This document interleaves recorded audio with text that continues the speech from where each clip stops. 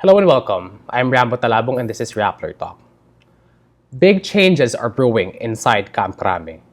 And at the center of it all is one man, new Philippine National Police Chief Director General Oscar Albayalde. We talked to the man himself today. Hello, sir. Welcome to Rappler Talk. Yes, Rambo. Thank you for having me. Thank you so much, sir, for having us today here in your office at Camp Crame. Let's go straight to the point, sir. You're replacing a very popular police chief. You also said that yourself, PNP Chief Ronald De La Rosa, sir. How does that feel like? Well, it's a big challenge on my part. First, because of his popularity, but probably we were the same in terms of work, you know, and we have the same advocacies. That is, of course, we both support the advocacies of the present administration, our war on drugs. The only probably different between me and him is his popularity, and he's very well loved by our country. Aside, sir, from popularity, but that's just one thing. Isa lang siya, sir. Are there other key differences when it comes to your leadership and his leadership style? Well, they say that I'm strict, no? But I can tell you that Police Director General De La Rosa is also strict. That's why sometimes he becomes emotional, especially in times of Senate hearings or interviews. It's because he takes blame on some things that are being done by some of our some abuses done by our policemen, and he blames himself for it. Okay. Ikaw, sir, you don't blame yourself? Ganun ba? That's why I have to do something about it. That's what I did as an RD of NCRPO, because of the several complaints that I received from texts and from calls from unknown callers and anonymous texters. No? So what I did is to validate for myself their complaints. So what I saw is there is actually basis on their complaints. So. During the Senate investigation where PNP Chief De La Rosa cried, you were beside him one of those hearings, sir. And I saw one photo, nakatingin ka lang sa tabi. What were you feeling and thinking at that time? Well, you know, I pity him. That's why it's because really I know that he's so concerned with our organization. No, he's so attached with the organization. That's how he is. So I know him because he's my classmate. As I've said, basically he blames himself for the mistakes of others, especially the mistakes of his subordinates. In brief, sir, can you talk to us about your past assignments and how these have formed you to be the PNP chief that we have today? First, I started with the Special Action Force. Yeah. I stayed for more than almost 5 years. Then with the Regional Special Action Force until I became the company commander of the Light Reaction Unit of the Capital Command, or the SWAT of the Capital Command, now the NCRPO. Yes. And after that, I settled in Region 3, where I stayed for more than 15 years. More than 15 years. And when I have to get my star rank, I have to be assigned in Camp Crame with the Directorate for Plans. That's where I got promoted to 1 star together with the Chief Bato. Yeah. Yes. Okay, sir. In your assignment with SAF, sir, what are the biggest lessons that you got that you still use today in your leadership or in you being a policeman? The best that I've experienced with SAF is basically the foundation. No, foundation of being an officer, a foundation of the trainings that I had. Because the only time that you can rest in the Special Action Force is when you undergo training. If you're not undergoing training, you're up in the mountains. You're up in the mountains doing internal security operations. So that is how, probably why the sub-troopers are very disciplined personnel. But I'm not saying that all. No? There are really some really because of really nasa tao na yun. No? Yes, sir. But of course, if you compare the level of discipline from the SAF and the others territorial units, it's really very different. Okay, sir. How about let's go to a little bit more personal, sir. Your upbringing, sir.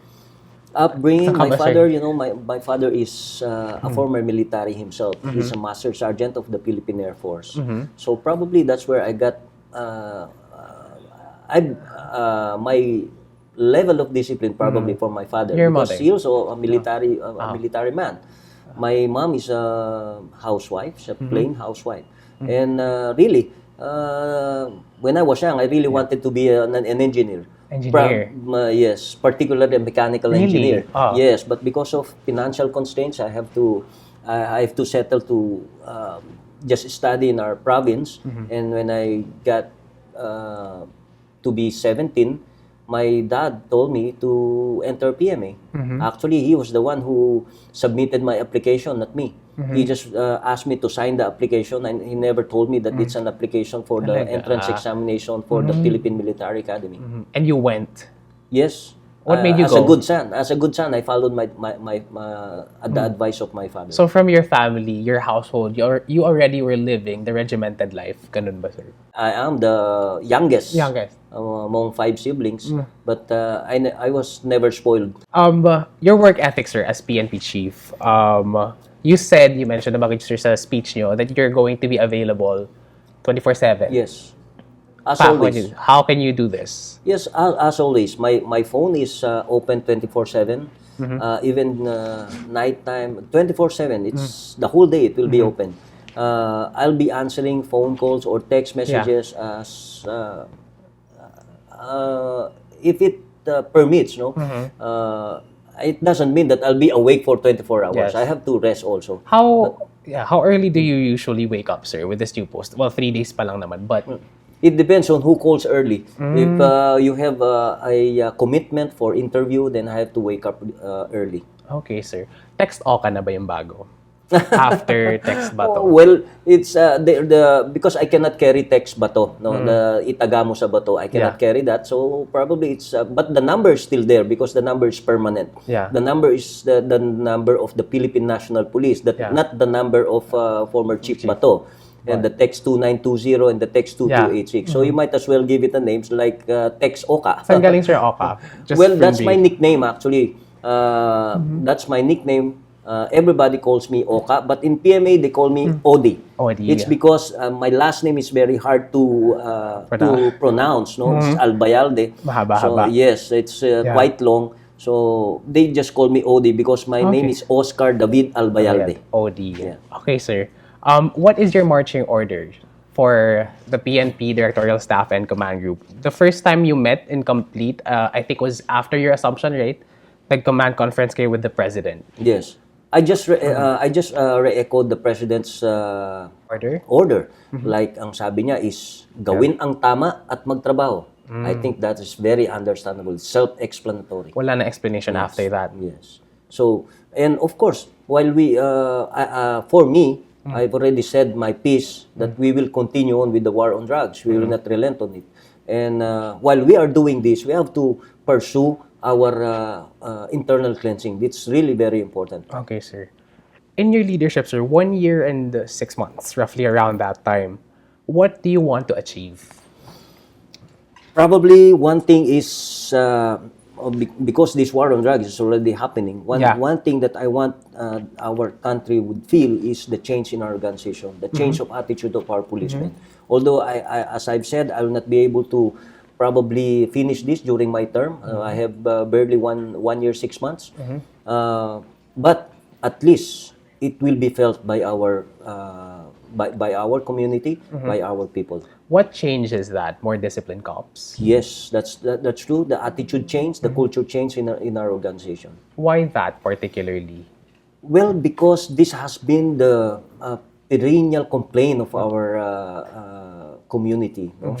The attitude of policemen, their being very discourteous sometimes. No, them being some getting involved in extortion. Yes. No, some they could not even wear their uniform properly. Yeah. These are the things that we really have to change. These small things Yes, matter. small things, but they're really big, and everybody would see it because it happen. They happen every day. They happen. These things are very visible to our people.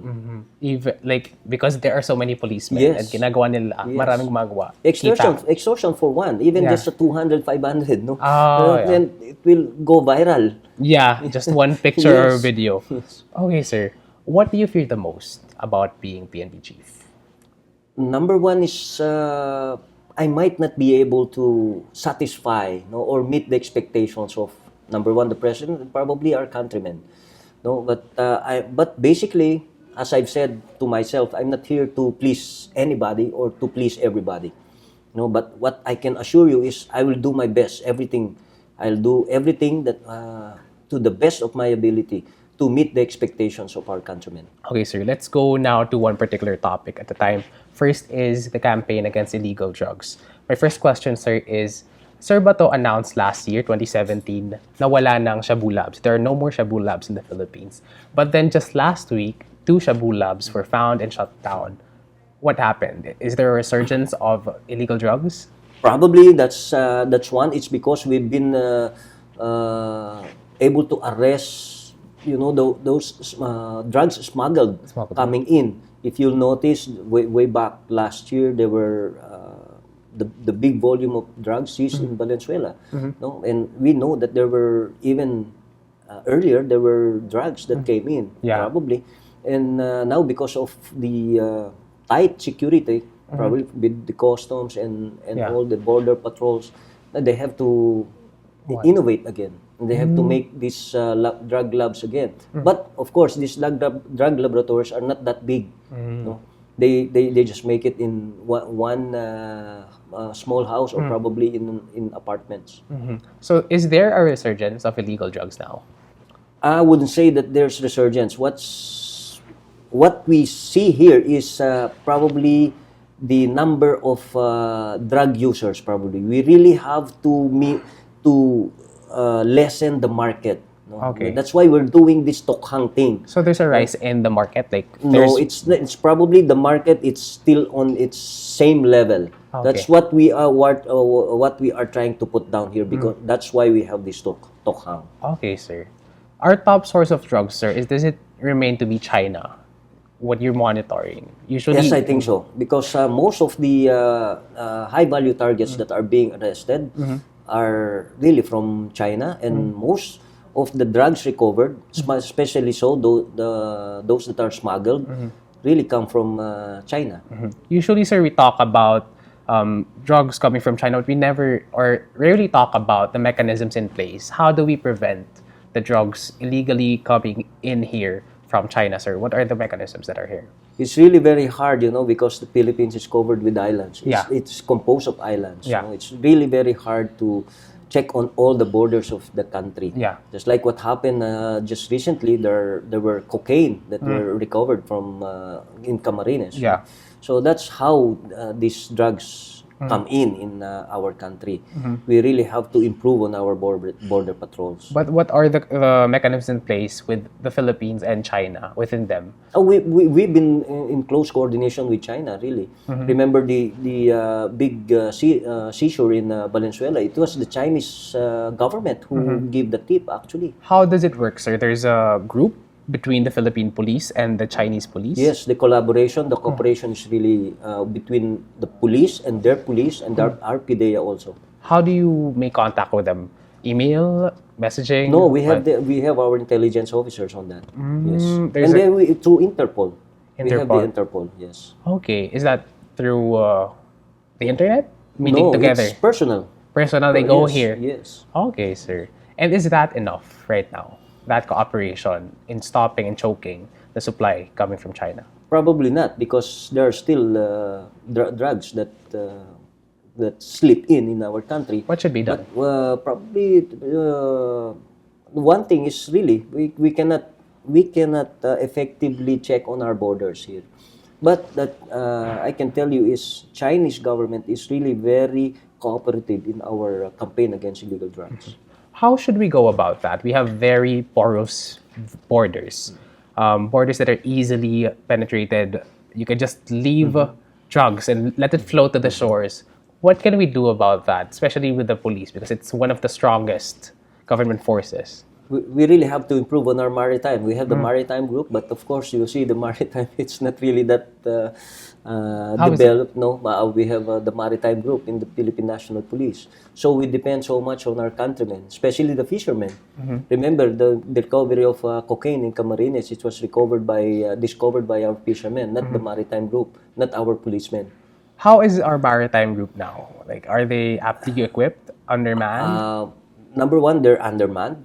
They really need equipment, particularly boats. But that is being addressed already by our slowly being addressed by our government. What is the ideal number of personnel in the MG Maritime Group? That I cannot say as of this time. But will you push for the increase in budget for the MG? Well, with regards to the budget is already there. Probably the CPP or the capability enhancement program. We should put more equipment to the maritime group. Okay. We have to number one is the boats, the boats and their surveillance equipment. That's very important. So they're also under-equipped aside from being undermanned. Yes. Okay, but who do they work with aside from MG? It has to be with the Ports Authority, right? Yes, the Ports Authority, Marina, the Marina, and the Philippine Coast Guard and the Navy. Okay, yes. And all of them in their own ways, undermanned, under-equipped. Well, the Philippine Navy is now being modernized. Modernized, yeah. Yes. Okay, sir. Aside from supply, let's talk about, sir, about rehabilitation, because from the term of Sir De La Rosa, they're also trying to get into rehabilitation. I remember having Life After Tokhang. That's what they... it's Life After Tokhang. Will it be continued under your term? Yes, we will continue on that. Actually, we've been coordinating with our local chief executives. Remember, the Philippine National Police has no funding for rehabilitation. We really have to rely on the support coming from the local local government units. No? Particularly with regards to rehabilitation, livelihood program, the skills development from TESDA, and of course from the Department of Health. Isn't that, sir, too involved already? Because you're focused on law enforcement, but now you're in... No, because our operation is two-pronged, no? Which demand reduction and the supply reduction. That is part of our demand reduction program.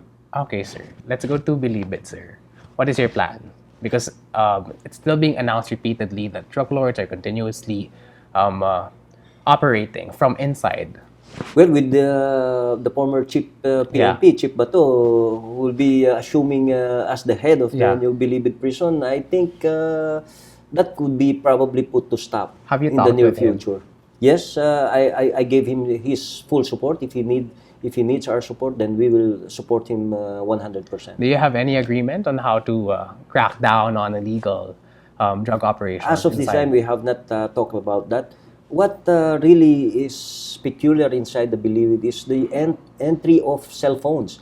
Remember, the drugs doesn't come from inside the Believe It. The transaction is inside Believe It, no? And the exchange of drugs is outside Believe It. Okay. Is there a lack in the part of the SAF, the Special Action Forces, assigned inside Believe It when it comes to supervising SAF? We have not received information on the part of the SAF, no? What probably happened there is probably the jail guards themselves. Because the jail guards themselves are from that place, and they probably have already befriended some of the inmates. And those inmates probably know already who to contact. No? Remember, the number one factor there is the salary of the jail guards. It's quite low, so they're prone to temptation. So you're 100% sure that no Special Action Force As commando... of this time, we have not monitored it. But you're confident about any involvement of the Special Action Force. Okay, sir. Your opinion, sir, do you believe that crime is rooted in illegal drugs? As what we see, not all crimes, but most of the crimes. You see, when we started this war on drugs, starting the first day of office of the President, July 1, 2016, no, until now, we see the drastic improvement on our peace and order. On the whole Philippine National Police or the whole country, our crime volume dropped by almost 40%. In NCR alone, our crimes against properties dropped by almost 60%. Okay. The biggest here is the drop on robbery holdup. So what does that mean? Probably those drug peddlers are the same guys who were doing the robbery holdup on the streets, in particular. You mentioned, sir, that not all crimes are rooted in drugs. What are these crimes that are and aren't? number one probably is carnapping. Carnapping is connected. No, not rooted in drugs. Not rooted in No, drugs. some really are their expertise is carnapping. Bukas kotse in particular. Yes. What are crimes that are rooted in drugs? Robbery, number one. Robbery. Or robbery. Akyat bahay or robbery in the streets. You see, when you rob a person, they get the bag, they get a little money, they buy the drug and then resell the drug. So because money in drugs is faster than in any other crimes. Okay, sir. How about, sir, another thing that I would like to ask you for your opinion is, do you think it's possible to end the drug menace within your term? During my term? I really hope so. But I cannot promise that. I cannot promise that. Because, as I've said, the drug menace in this country is so huge that it needs time, really. And it needs agencies to cooperate. Okay, sir. It has to be a whole government approach. Why do you think the drug problem outlasted Ronald De La Rosa? Well, it's because it's really that huge. Even like, for example, here in NCR, where we have the 94.6% of the drug of all the barangays, 1,706 barangays, 94.6% are drug affected, no? And we have cleared probably only less than 50 of them. So, and the gravity of the problem is really you cannot probably solve it in 2 or 3 years' time. How about finishing it at the end of the term of President Duterte? Well, yes. Probably it will not all finish as in zero incident, but it will become it will be in a very minimum level. At this current pace? I'm confident of that. At this pace that what we have now. Okay, sir. How high does the death toll need to go for it to be successful? To go there at the minimal level or for it to end? The death toll is not a factor here. What probably is the police operations, the relentless police operations, the arrest of big time drug pushers, and even the small drug pushers, the barangay level drug pushers, and of course, as I've said, is on the rehabilitation, on the demand side. Okay. No? The casualty side is just a part of the operation. It's not really that our operation is not focused on casualties. Yes. No, it's not focused on casualties. But sir, the criticism on it is it may be too intense that people are dying. Like the quote that Senator Ping I remember said is "Wag yung larga-larga lang." So is there an effort to try to balance being careful and being relentless at the same time? Yes, probably during the first 6 months of the Duterte administration, we saw that some people that took advantage of the drug, not necessarily the policemen. Some organizations, some groups really took advantage of our war against illegal drugs. But right after the drugs was given back, illegal drugs campaign was given back to the PNP on December 5 last year, everything changed. No, our operations were revised. The Tokhang was revised, and you see the improvement. And I think the people of the Philippines have already understood what Tokhang is and what our drug operation or the HBT or the double barrel means now. It really is inevitable to have deaths.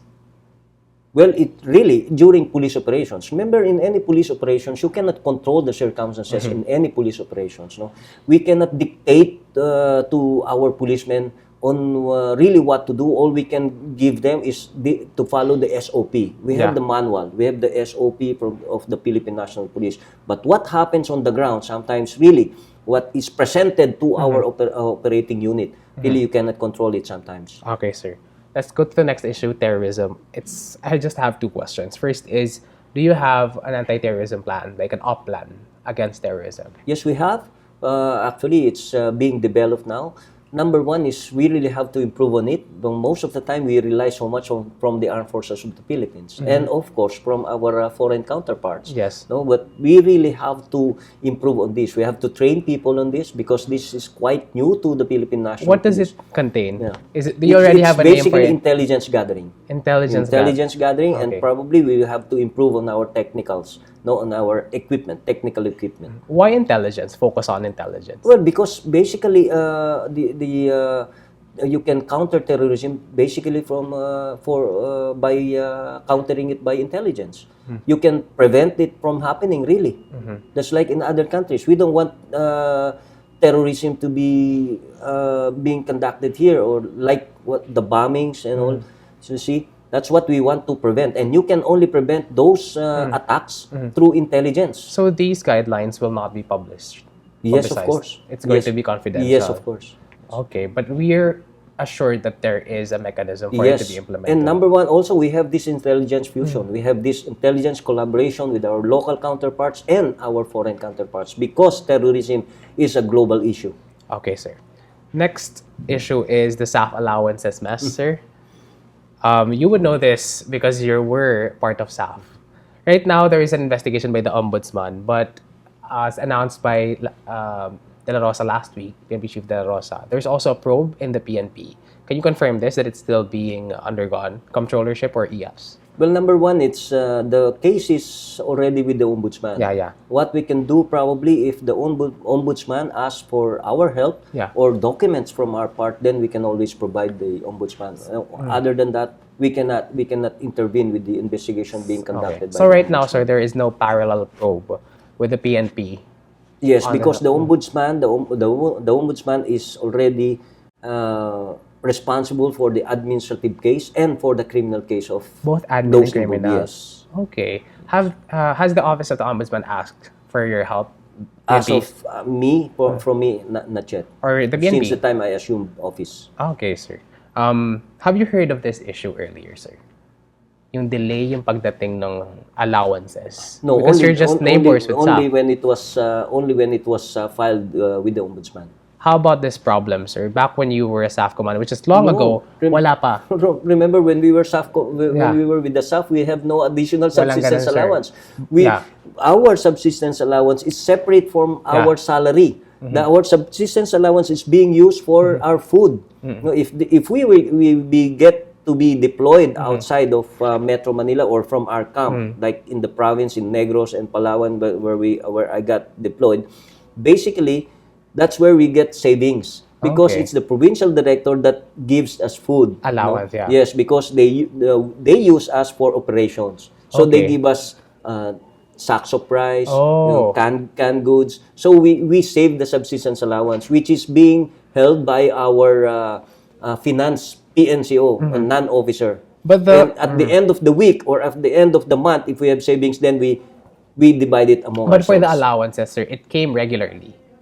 We have no allowance during the time. Okay, Yes. but for the SAF troopers that you know now, you've because heard. the SAP troopers, they have this additional subsistence allowance on a regular basis. It's regular. Yes, You've it's heard of regular. it being regular. Yes. So this is new to you, knowing that there is a delay in allowance. I don't know when it missing. started the as additional subsistence allowance, but this one is covered by COA, by audit, by our commission on audit. It's covered by audit, always covered by audit. Okay, sir. Sir Lusad, Benjamin Lusad, the former SAF chief, is under your office now, right? Yes. Does he have to report here every day? No, really, no. They just have to be accounted for. How is accounting? Well, we have an administrative officer here just to make sure that he doesn't go on a wool. What will he do now? Like he's just floating? Yes. Basically, when you're floating, then you don't do nothing. But sometimes you have to. They give you duty, like the command duty officer. We have that. Even if you're on a floating status, sometimes they give you duty. What do you plan for Sir Lusad to do? Well, we'll wait for the investigation to come out. So, if probably they find no liability on him, then we can Let him go. let him go and give him another assignment. When is he It's retiring, sir? Do you know? Probably next year. I'm not really sure. How does that work? If he's being held here, but he retires, what will happen? Then he gets the benefits because he's not dismissed from the service. The only time that your benefits will be forfeited if you get dismissed from the service. So after retiring, he is not compelled anymore to report to your office? Yes, of course. Okay. Yes. Even if there is an investigation? Yes. Okay, sir. Next issue, also connected with SAF, sir. You're fighting for this for a long time, or for the past week, SAF school. You want the SAF to train our cops. Yes. How will this be done? Actually, I've been fighting for this since I was a junior Oh, officer. really? Yes. Okay. Because I saw that's when I saw the level of discipline of SAP troopers compared to our territorial units. Have you it's gathered? not only now that I'm fighting for this. Okay, sir. For a long time. Yes, for a long time. Now I have this authority to do it. I have already talked with the Who do you talk to? director of the SAP trooper, and I've also talked with Senator Lacson. He's very much willing to support. Yes, Okay. to support our advocacy, our program, and it's very much willing to develop our SAF training school in Santa Rosa, Laguna.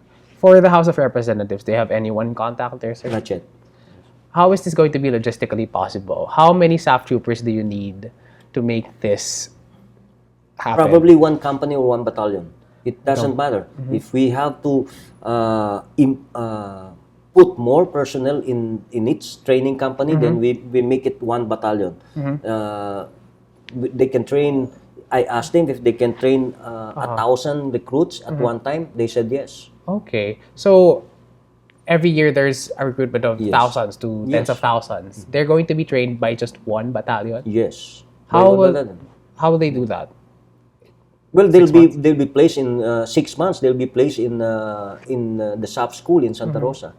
One battalion is quite big already. It's already enough. Yes, because one company is something like 132. No, so probably a battalion is made up of 3 to 4 companies. When do you expect this to finally come true? When the recruitment will start, because now our recruitment from the different regions has stopped because of all the recruits now are recruits of the Special Action Force. What year? When we start, it will start this year. This year, But what month? they still have to undergo the basic recruit course. Yeah. You know, basic recruit course from the PPSC. Yeah, that's 6 or months. the Public Safety College of the Philippines. No? And after 6 months, they have to undergo the OJT? basic. No, the OJT will It no will be longer cancelled. Yes, it will be Okay. cut after 6 months. The OJT will now be The SAF the SAF training Okay. for 6 months. The basic Okay. internal security operations course or So, the BISOC. When will it start? This year? Probably Late this year. After when we recruit for the different regions. If we have 6 months for the basic course, the basic recruit course, probably at the end of the year or early next year, we'll start with this program. So now, being part of a SAF, the SAF is also related to teaching fellow cops. Yes. It's also going to be part of it. Yes. Is that okay with the SAF troopers? Yes. Yes. Okay. Remember that the training in SAP troopers is quite rigid. It's totally different from the training that you get from the different regional training schools. Okay. Okay, sir. It is also on the issue of recruitment, sir. Do you think that there's also a problem when it comes to screening cops? Because it's not just about training them. It's also about getting Yes. the right people Yes, I believe in. so. Yes.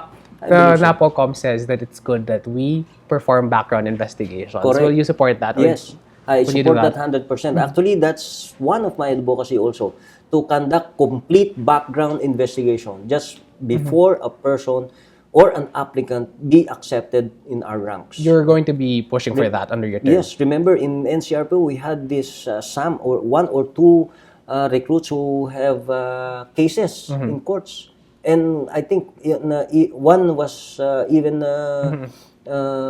accused and even spent jail term. Okay. That's enough to disqualify a person from applying. Actually, I have to undergo due process again process because again. he's already a permanent member Policeman. of the Oh, PNP. Okay.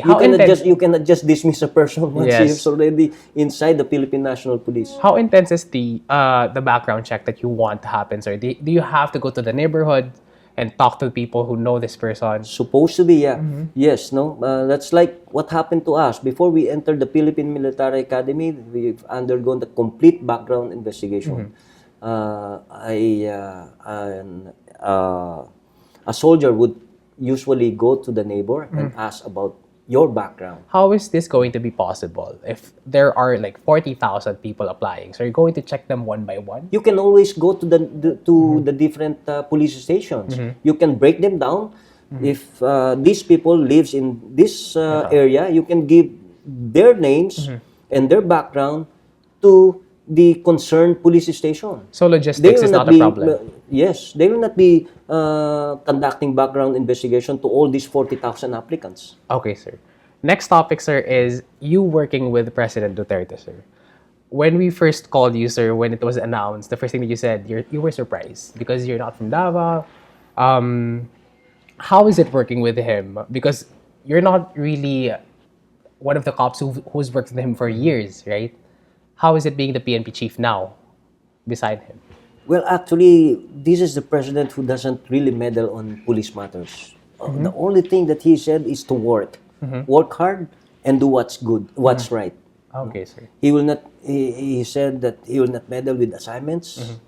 I'll be answerable to him. The same is true that my subordinates or my commanders will be answerable to me.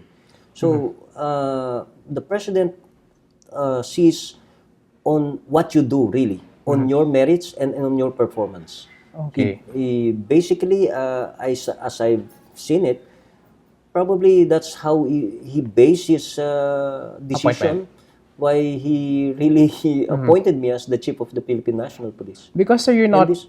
And this basically, motivated everybody, motivated especially senior commanders on the ground. It's now, there's no political affiliation. There's no personal connections. It's all merit and performance. Okay, sir. What struck me there, sir, is you mentioned that there's going to be a certain level of independence. Yes, you're under the executive department, but you're going to be independent. It's your own appointments. But what bugs me a little bit is you said earlier from another interview that you would have to consult with him before sharing drug war documents with the Supreme Court. Isn't that a little bit of micromanaging from the president? Yes, over because the police? these reports, they might affect, number one, is the national interest, national sovereignty, and the national security. So we really have to get the permission from the commander-in-chief. No? And of course, there is still a pending motion from the Office of the Solicitor General. And we have not received actually a court order that orders us to submit these documents. But we are ready. Just to point out, we have, yes. As far as I'm concerned, because I've only assumed like less than a week. Yes, less than a week. But we are ready upon the directive of the president. If really he will direct us to submit, we are ready to submit these reports. The documents are ready. Yes. Okay, sir. Is it affecting your leadership or your management a little bit because you're not really used to working with him? Are you tiptoeing or nangangapa when it comes to his leadership? May ganun ba? No, I don't think so. It's because the president really is, what do you call this, is, you're on your own. No, you decide, provided he knows that what you're doing is right. No, ganun siya. Sabi nga niya, you'll be answerable to me. Okay. Your acts will be answerable to me. Okay. Whatever your decision will be is your action. Ganun siya. But of course, if I told you earlier, if it will affect the national security, then he's still the commander-in-chief. We have to take orders from him. So this case... Even the armed forces of the Philippines, probably. Okay. So this case, sir, it's a special case. Yes. But on other matters, it's... Yes, our operations on drugs probably, not unless, of course, it affects the national interest. Okay, so it's a case-by-case basis when you're going to ask for the president's advice. Okay, sir. Did you talk with Sir Bato on how to handle or to how to work with the president? Well, that's what he said to me. No, yun lang. It's very easy. No? Yun lang sabi niya. You will be made accountable to the president. Okay. Your acts, yes, you'll be made accountable to the president. I've been with dealing with the president for the past 1.5 20 years? months. Yeah, yeah. 20 months. So basically, I know his work habits also. Nasanay ka rin, sir. Yes, his policies also. So basically, nasanay na nga tayo sa kanya. Okay, sir. Sir, you've been in a Malacanang meeting. You're not from Davao, I'm repeating, and you're not part of the San Beda block as well. Yes. Who do you associate yourself with? Or sinong kasama niyo palagi? Who would you associate yourself? In Malacanang? Yes, sir. I really don't know because I was there once, up and close with the president actually in the meeting. So personally, I know some people there, but because of me as the regional director before of the NCRPO and now as the chief of the Philippine National Police. So far, sir, who are your closest subordinates in Malacanang? Closest when it comes to personal closeness, probably none. No. Yes, but because of work, then probably I have yung my relationship with them is basically professional. Professional. Yes. Okay, sir. Now, on this part of the interview, sir, I'm going to ask you quickly about some issues because they're a lot and they're varying. First, sir, is the height requirement on the PNP. What is your stand on this? Well, because there's a law, no? Because there's a law that requires us that we have to be 5'4" for Yeah. males and 5'2". Not unless this law will be repealed. But what is your stand, sir?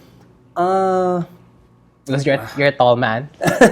Is it okay? Basically, actually, I feel if you put height requirements, that will be something like discrimination already.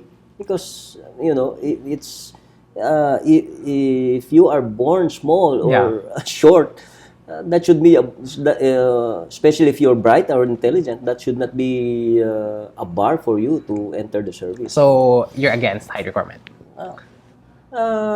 Probably it will depend because what I see here is where you will be assigned. If you'll be like 5 feet tall or probably 4'11", and you'll be outside, you know, with the highway patrol, then people will be seeing you. You're 4'11", but if you're in the office or you're doing administrative job, then probably it's okay. So short people don't belong in the field? Well, it depends on the field. If you be with the doing internal security operations, then you'll never have a problem with the height. Probably with the weight that you'll be carrying. That's one. Okay, sir. Yes. Next, sir, is EDSA traffic. What is your stand on this? Does the PNP need to be very involved in this? Actually, I've committed the highway patrol to the MMDA. I've talked with the chairman MMDA, General Lim, and I'm so much willing to help him with the traffic. How? And so much willing to implement traffic rules and regulations using the highway patrol group. I don't know how, but in the near future, we'll be doing that. Okay, sir. Environmental protection, sir. Because of the context of Boracay, do you think police lacked in enforcing environmental laws in Boracay? It's not the police that implements the environmental laws. It's the DNR. Only the police participation there are police assistants. Yes. So you just follow DNR? Yes, DNR. Okay. So now there's really no thrust that the PNP needs to go through. It has to be the DNR. It has to take the DNR has to take actions, and they just have to ask reinforcements or security personnel from us. That's like what's happening in Boracay now. Okay, sir. Next issue is your Facebook bashers, sir. Sabi nyo kanina. You want them investigated. You want them to be called into your office. Yes, it's because I'm not that because of vengeance. No, let me take one thing clear here. No? That is because we as police officers, we have rules and regulations. Yes, we have the freedom of speech, we have the freedom of press and all. But if you're in a uniform service, you have to follow the rules and regulations. So there are several ways that we can air our grievances. We have this grievance committee. No, not backfighting. Backfighting definitely is not allowed in our organization. Okay, sir. That is, I think that's some sort of backfighting. Okay. When you do that to your commander, then I don't think that's the right attitude. One of my takeaways, sir, from our press conference earlier is you read the comments. Correct? You read them. No, not me. It's my family. Your family reads, and they relay it to you. Yes, that's why they were telling me, oh, Dad, or People are saying my wife would say, sweetheart, you have so many people hate you. Oh. You have to look on the other side. You have to Oh, look okay. on the side. That's buhay lespo. No, Buhay, on the yes. other side, it's everything they say good on you. No, so it's accepted to most of our. I think almost all. No? Almost all. We have more than almost 2 million views already, Yes. with 2 million likes Yes, already. sir. When you go to this website, diba? it's all negative. They say that you're epal and all, no? But you see, this I'm We no know this that, sir. yes, I know that, and you know that We know also. that, sir. What comment has hurt you the most? Actually, none. I just take it. No, you see, that's one thing on me. You give me bad comment, then I'll answer you. Why? I take questions whether it's bad or good. Okay. Even your questions now, if they're bad or good, I always answer it, because in any question I believe that there's always an answer. Any comment too? Yes. Okay. I cannot please everybody, and I will never please everybody. Next topic, sir, is subpoena powers. A little bit serious, sir. How will you use it? It's just a new power for the PNP chief and the CIDG. Actually, it's not a new power in the Philippine National It's Police. This has renewed, been doing yeah. this since the time of the Philippine Yeah. Constabulary. And one thing here is nobody could be able to abuse it. It's only the director of CIDG that can issue the Yeah. subpoena, How and would the he chief use it? PNP. Yes, sir. No? And if you issue subpoena and there's abuse on it, you'll be answerable for that. Yeah. No? And this subpoena, I'm sure, will only be used for investigation purposes. For you. That's Yes, how you're for going to use it. investigation purposes. Will there be guidelines It issued? will never be used for abuse, I'm sure. Will there be guidelines issued on issuing subpoenas? Yes, the guidelines is basically for investigation, not to scare anybody. Only for It will investigation. never be used to harass anybody. That's one thing. Okay, sir. Your NCRPO experience, sir. What is the most important lesson that you got from there, and are you taking it here? What are you taking here? The important lesson probably is you really have to work. Work hard. You really have to sacrifice. No? Even if it will mean less time with your family. Police work is basically a sacrifice. That's what I've been saying to our troops. No? This police job is not basically the same as the civilian job that you see. No? You work from 8 to 5, go home to your family nighttime, then Yeah. go back to your job the following day. It's not the same. It's totally not, totally different. How is your family taking your promotion, sir? Have you already talked to them that you're not going to be present all the time? Or do you have a way to still spend time with your family even now? Actually, even before, I see to it that I spend time with the family during Sundays. Even if you have to eat in a turo-turo Turo-turo. or in a small food chain, Yeah. probably. No, that's Now. how I do it. I see to it that I'm with my family during Sundays, and we go to church every Sunday.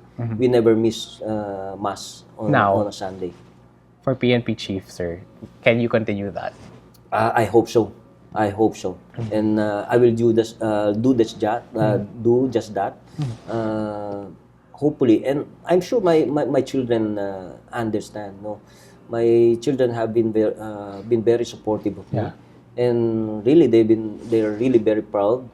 I make them proud, really, and the time that they heard that I was appointed or chosen as the next chief PNP, I think they all cried also.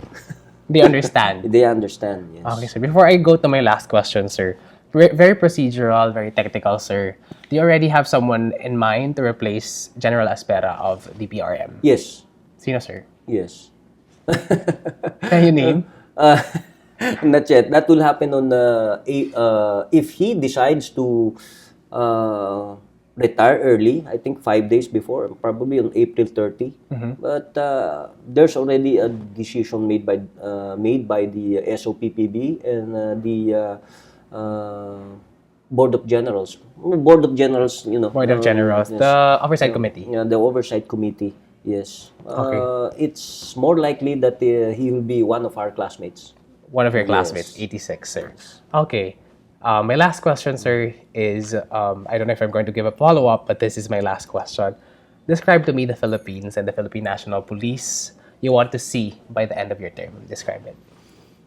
The Philippines, I want to see it probably peaceful, the safest. I want to see the Philippines as the safest place on earth. On Earth? Just like Switzerland and the Switzerland. Netherlands. Yeah. Netherlands too. Netherlands. So yes, I don't know if that would be possible, but actually that's what I would like to see. You know, and I would like to see the Philippine National Police to really transform. Someday, people will be proud of our PNP, and I know that that day will come. Probably not on my term, but definitely that will come. You want them to be proud of the PNP. Yes. Okay. That has been a Rappler Talk with Director General Oscar Albayalde. Thank you for watching.